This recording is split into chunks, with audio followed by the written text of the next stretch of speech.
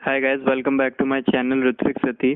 तो गाइस, आज मैं आश्रम वेब सीरीज़ का रिव्यू करने जा रहा हूं, जिसको डायरेक्ट प्रकाश झा ने किया है। जिसमें स्टारिंग है बॉबी देओल, अदिति पोहनकर, दर्शन कुमार, अनुप्रिया गोयनका और भी कई लोग। ये वेब सीरीज़ एमएक्स प्लेयर पर रिलीज हुई थी 28 अगस्त 2020 को। आप इस वीडियो को पूरा देखें ताकि आपको पता चल सके कि वेब सीरीज़ कैसी है और आपको देखनी चाहिए या नहीं देखनी चाहिए। तो यार, आश्रम वेब सीरीज एक ऐसे बाबा की कहानी है जो धर्म और सेवा की आड़ में लोगों का शोषण करता है। इसको कितना भी कहा जाए कि रियल लाइफ से नींद नहीं ली गई है, मगर वेब सीरीज को आपको पूरी देखने के बाद ऐसा लगेगा कि ये रियल लाइफ से ही ली गई है। इसकी कहानी कुछ ऐसी है कि एक नीची जाति की लड़की जो कि एक पहलवान बनना चाहती है, देश के लिए मेडल जीतना चाहती है, उसको कुछ लोग षड्यंत्र रचकर पराजित करवा देते हैं और उसकी शादी करवा देते हैं। शादी करवाने के टाइम उसके गली मोहल्ले के लोग उसको क्या कहते हैं, खूब पिटाई करवा देते हैं, जिससे उसकी शादी हो रही। फिर वो लोग पुलिस में जाते हैं कंप्लेंट लिखवाने की, ना हमारा इलाज हो रहा है और कुछ हो रहा है।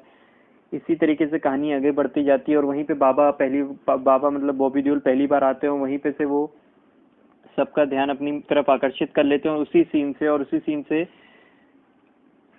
बाबा के मोहल्ले लोगों को हड़काता है और तब जाकर उसका इलाज हो पाता है। और जो लड़की होती है जो पहलवान बनना चाहती है, वो बाबा की भक्त बन जाती है। और दूसरी तरफ उधर जंगल में एक ऐसा प्रोजेक्ट के निर्माण कार्य के दौरान कंकाल मिलता है, जिससे लेकर प्रदेश की राजनीति में इसे लेकर दांवपेच शुरू हो जाते हैं।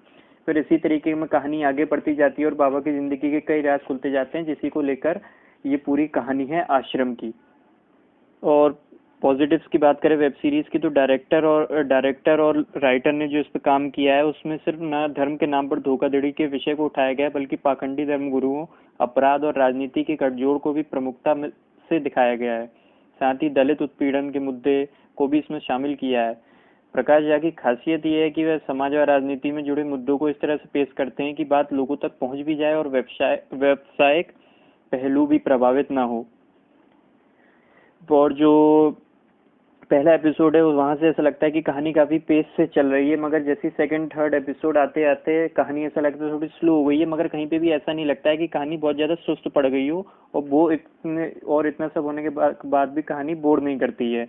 इसे पूरी फिल्मी अंदाज में बनाया गया है। हाँ, ये लगता है कि ये सिर्फ सेकंड सीजन के कंपैरिजन में बनाया गया है, ताकि सेकंड सीजन की कहानी को फुलफिल कर सके और आगे बढ़ सके, जिससे खुद अपने आप में बताता है कि इसका सेकंड सीजन भी कहीं ना कहीं आएगा। और दूसरे पॉजिटिव की बात करूँ तो बॉबी देओल, जो कि बाबा की भूमिका में एकदम ढंग से जच रहे हैं और एकदम ऐसा लगा है पूरा अच्छी तरीके से रोल को निभाते हुए नजर आए। उन्होंने एक सेकंड भी ऐसा नहीं लगने दिया कि वो बाबा नहीं है या कुछ भी अलग से कोई चीज करना चाह रहे हैं। उन्होंने उनका गेटअप बहुत बढ़िया और उन्होंने बहुत अच्छी तरीके से प्रभावित किया है। और उनके साथ भी जितने लोग थे पूरी वेब सीरीज में जिन्होंने काम किया, सबका काम एकदम बहुत अच्छे से रहा। और खासकर अदिति पोहनकर का, जो पहलवान के रोल में नजर आई है, उनका भी काम सबसे अच्छा रहा है। इस पूरी कहानी पे मेहनत खूब की गई है, वो जो कि हमें पूरी वेब सीरीज के दौरान देखता है। हाँ, हालांकि ये कह सकते हैं कि वेब सीरीज की लेंथ थोड़ी ज्यादा है, जो 50 मिनट या 45 मिनट से ऊपर रहती है, जो कि नॉर्मल एमएक्स प्लेयर की सीरीज में होता नहीं है। मगर फिर भी कहानी को बनाए रखने के लिए जरूरी होता है। और जैसा कि दिखाया गया है कि जो पूरी वेब सीरीज है आश्रम, इसका असली मजा जो है वो हमें सेकंड सीजन में देखने को मिलेगा, क्योंकि जिस तरीके से पहले सीजन के एंड एपिसोड में कहानी को लटकाया गया, उसी से हमें लगता है कि कहानी सेकंड सीजन में जाके और ज्यादा राज खोलेगी और ज्यादा जो उसके अंदर कहानियां बन रही हैं वो चीज हमें अच्छे से देखने को मिलेगी। इसी चीज को ध्यान में रखते हुए सीजन 1 को इस तरीके से फिनिश किया गया ताकि लोग सीजन 2 के इंतजार में और ज्यादा रहें। और जैसे और भी वेब सीरीज के लिए वेट रहता है, वैसे इस वेब सीरीज के लिए भी लोग आने की चाह रखें और ज्यादा इसमें इंटरेस्ट उनका बना रहे। इसी के आसपास के पूरा आश्रम को बनाया गया है। और फिल्म में जो डायरेक्शन है वो भी काफी अच्छा है। प्रकाश झा का जैसे और भी सीरीज में रहा है, और इससे पहले अभी इन्होंने ZEE5 पे वेब सीरीज निकाली थी, उसमें भी काफी अच्छा रहा है।